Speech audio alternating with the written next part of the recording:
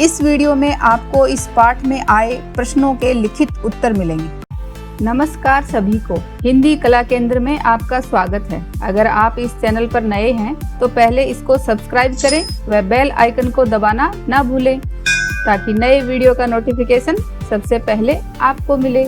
बच्चों, इस एकांकी ऐसे ऐसे को हमने इसके भाग 1 में पढ़ा व समझा था। अब इसके अभ्यास प्रश्नों को देखते हैं। एकांकी से सड़क के किनारे एक सुंदर फ्लैट में बैठक का दृश्य। उसका एक दरवाजा सड़क वाले बरामदे में खुलता है। उस पर एक फोन रखा है।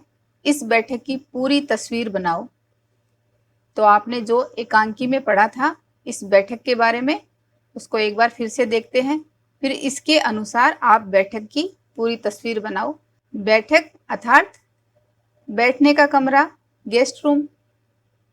सड़क के किनारे एक सुंदर फ्लैट में बैठक का दृश्य। उसका एक दरवाजा सड़क वाले बरामदे में खुलता है, दूसरा अंदर के कमरे में, तीसरा रसोई घर में। अलमारियों में पुस्तकें लगी हैं, एक और रेडियो का सेट है, 2 और छोटे तख्त हैं जिन पर गलीचे बिछे हैं। बीच में कुर्सियां हैं, एक छोटी मेज भी है, उस पर फोन रखा है। पर्दा उठने पर मोहन एक तख्त पर लेटा है। 8-9 वर्ष की लगभग उम्र होगी उसकी, तीसरी क्लास में पढ़ता है। इस समय बड़ा बेचैन जान पड़ता है, बार बार पेट को पकड़ता है। उसके माता पिता पास बैठे हैं। एकांकी में दिया गया इस पैराग्राफ के अनुसार आपको ये चित्र बनाना है जिसमें आप इन बातों को शामिल कर सकते हो। एक 3 दरवाजों का कमरा बैठक है। पहला दरवाजा सड़क की ओर, दूसरा अंदर के कमरे और तीसरा रसोई घर की ओर खुलता है। कमरे में एक दीवार के पास पुस्तकों से भरी एक अलमारी खड़ी है और एक रेडियो रखा है। कमरे में एक छोटी मेज पर टेलीफोन रखा है और कुर्सियां हैं। 2 तरफ छोटे छोटे तख्त हैं जिन पर गलीचे बिछे हैं और एक तख्त पर मोहन लेटा है। माँ मोहन के ऐसे ऐसे कहने पर क्यों घबरा रही थी? मोहन के ऐसे ऐसे कहने पर माँ किसी अनजान बीमारी के खतरे की वजह से घबरा रही थी।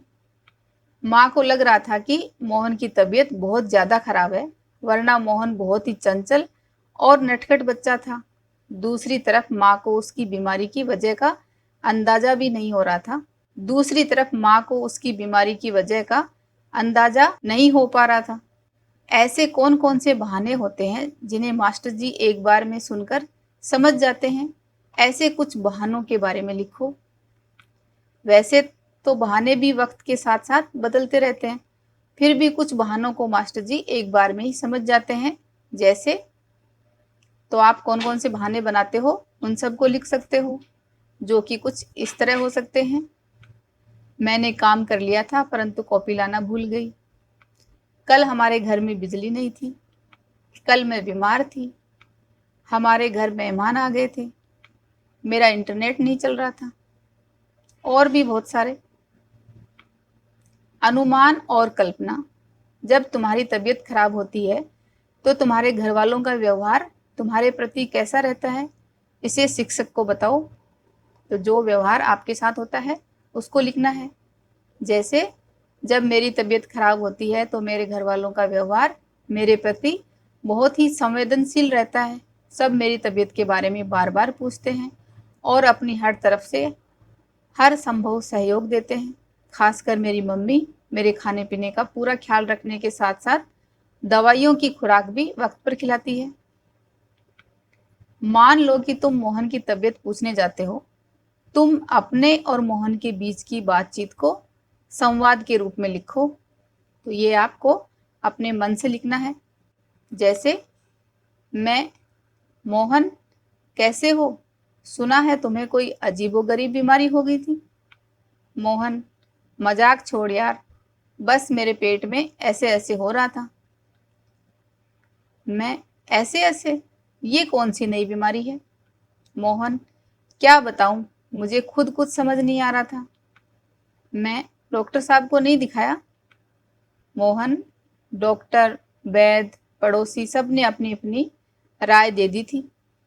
मैं, तो क्या फिर उनकी दवाई से फायदा नहीं हुआ? मोहन, फायदा तो हुआ पर दवाइयों से नहीं, मास्टर जी के अनुभव से। मैं, वो कैसे? और मास्टर जी का अनुभव? मोहन, बस यूं समझ ले, मास्टर जी ने मुझे पलक झपकते पकड़ लिया, बाकी बात कल स्कूल में बताता हूँ। नाटक शब्द का आम जिंदगी में कब कब इस्तेमाल किया जाता है, सोचकर लिखो। नाटक शब्द का अर्थ किसी मंच पर किए जाने वाले अभिनय के लिए इस्तेमाल किया जाता है। साथ ही आम जिंदगी में जब कोई दिखावा करता है तो हम उसे भी नाटक का नाम दे देते हैं। संकट के समय के लिए कौन कौन से नंबर याद रखे जाने चाहिए? पुलिस, फायर ब्रिगेड और डॉक्टर से तुम कैसे बात करोगे? संकट के समय हमें अपने माता पिता, रिश्तेदार व पड़ोसियों के नंबर याद रखने चाहिए। बड़े शहरों में पुलिस, एम्बुलेंस आदि आवश्यक सेवाओं के नंबर पहले से ही निर्धारित होते हैं। अगर हमें किसी संकट के समय ऐसे नंबरों पर बात करनी पड़े तो नम्रता से बात करते हुए ये जानकारी जरूर दें। आपके घर का पता या जहां सहायता चाहिए वहां का पता, अपना पूरा नाम व फोन नंबर, वारदात की पूरी सूचना, वक्त व जगह और उसकी तात्कालिकता, यानी वहां पर कितनी जल्दी है। भाषा की बात, मोहन ने केला और संतरा खाया। मोहन ने केला और संतरा नहीं खाया। मोहन ने क्या खाया? मोहन केला और संतरा खाओ। उपयुक्त वाक्यों में से पहला वाक्य एकांकी से लिया गया है। जो मोहन ने केला और संतरा खाया, ये एकांकी से लिया है। बाकी तीन वाक्य देखने में पहले वाक्य से मिलते जुलते हैं, पर उनके अर्थ अलग अलग हैं। पहला वाक्य किसी कार्य या बात के होने के बारे में बताता है, तो इसे विधिवाचक वाक्य कहते हैं, जिसमें बताया गया है कि मोहन ने केला और संतरा खाया। तो ये वाक्य क्या हुआ? विधिवाचक वाक्य। दूसरे वाक्य का संबंध उस कार्य के न होने से है, इसलिए उसे निषेधवाचक वाक्य कहते हैं। मोहन ने केला और संतरा नहीं खाया, तो यहाँ पे पता चल रहा है ना कि उसने ये काम नहीं किया, तो ये निषेधवाचक वाक्य हुआ। निषेध का अर्थ नहीं या मनाही होता है। तीसरे वाक्य में इसी बात को प्रश्न के रूप में पूछा जा रहा है। ऐसे वाक्य प्रश्नवाचक कहलाते हैं। इसमें ये पूछा गया कि मोहन ने क्या खाया। चौथे वाक्य में मोहन से उसी कार्य को करने के लिए कहा जा रहा है, इसलिए उसे आदेशवाचक वाक्य कहते हैं। उसे आदेश दिया गया कि मोहन केला और संतरा खाओ, तो ये वाक्य हो गया आदेशवाचक। अगले पृष्ठ पर एक वाक्य दिया गया है, इसके बाकी तीन रूप तुम सोचकर लिखो। तो बच्चों इसको ध्यान से देखो, ये आप आराम से कर पाओगे। इस वाक्य में मना किया गया तो ये निषेधवाचक हुआ। यहाँ पर प्रश्न पूछा गया तो ये प्रश्नवाचक वाक्य हुआ। यहाँ पर आदेश दिया गया तो ये आदेशवाचक वाक्य हुआ। जैसे बताना, रुथ ने कपड़े अलमारी में रखे। नहीं या मना करना, तो रुथ ने कपड़े अलमारी में नहीं रखे, तो ये निषेधवाचक वाक्य हो गया। पूछना, रुथ ने अलमारी में क्या रखा, तो ये प्रश्नवाचक हो गया। आदेश देना, रुथ कपड़े अलमारी में रखो, तो आदेशवाचक वाक्य हुआ। इस एकांकी को एक बार फिर से पढ़ें व समझें। क्या आपने कभी किसी नाटक में अभिनय किया है? अपना अनुभव अपनी नोटबुक में लिखो।